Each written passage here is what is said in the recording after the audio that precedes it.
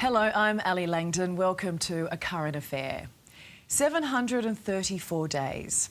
That's how long the wait has been for families whose loved ones have been held hostage by Hamas.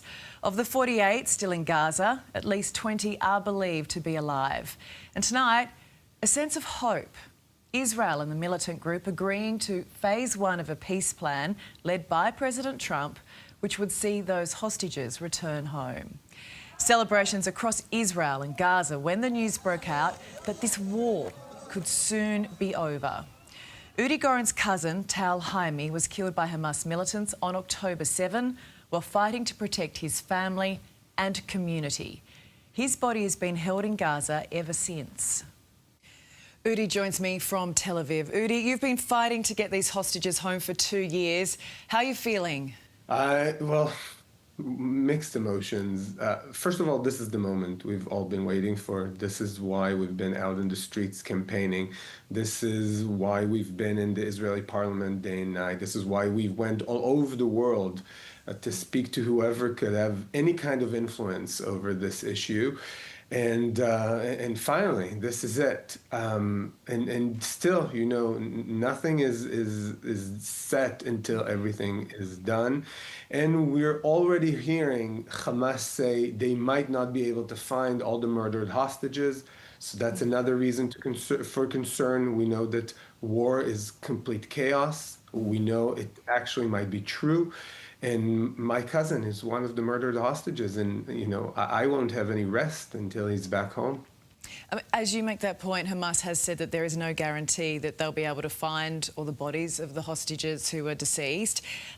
Are you prepared if he doesn't come home?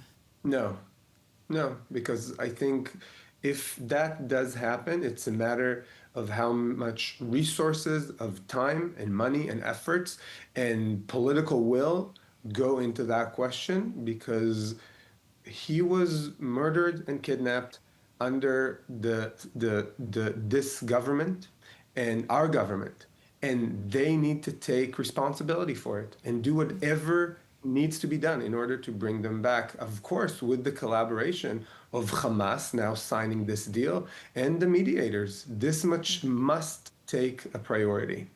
So your cousin Tal has 4 children, one he never had the chance to meet. How have the past 2 years been for them and for his wife Ella? Hellish.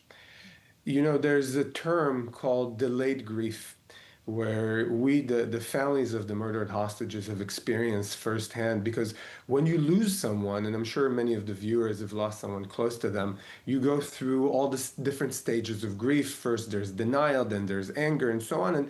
And at the end, you come to terms and you are able to grow out of it.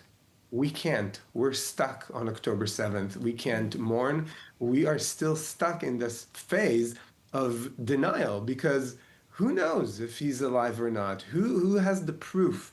And until we have a body laid to rest in the kibbutz where he was born and raised and died defending it, then that's the only way to have closure, let alone the children. You know, all they know is that one day dad left home and just never came back. And that is so brutal, isn't it? There is so much about this deal that we don't yet know. We don't know when it's going to happen, exactly what it's going to look like. Do you know yet who gets to decide who's freed on the Palestinian side? Yeah, this is a joint committee. I mean, this is a part of the negotiations. When they're having these negotiations, they are speaking about names. They're not speaking just about numbers. There's a list, and with every released hostage, there is a list of names of Palestinian prisoners that tag along and are being released in exchange. As you say, there's still so much uncertainty around Tal and whether his body will be returned. But for the families of the 20 hostages that we believe are still alive, what will that be like, seeing them reunited?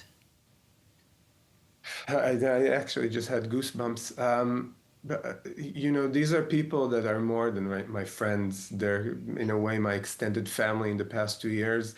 I know them personally. I know the parents. I know the siblings. I know the spouses.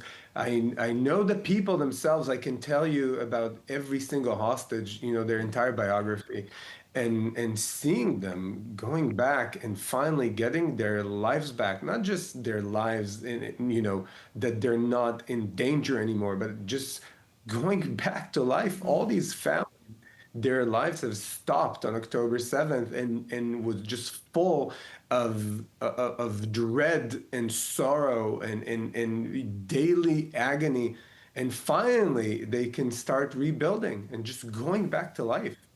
And do you believe that this will lead to stability, or has too much happened on both sides?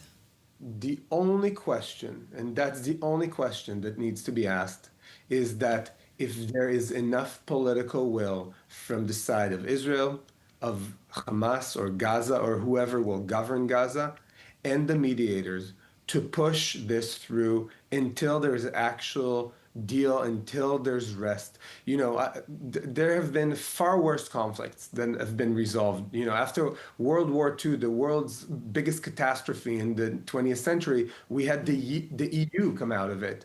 There's been worse things that would have happened.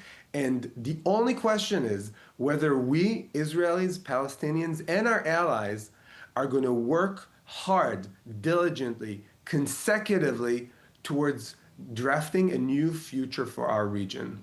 Yeah, and look, we have seen the celebrations the world over. I mean, cautious hope is what I think we'd call it. Thank you so much, Udi, and well done for fighting so hard for this moment. Thank you.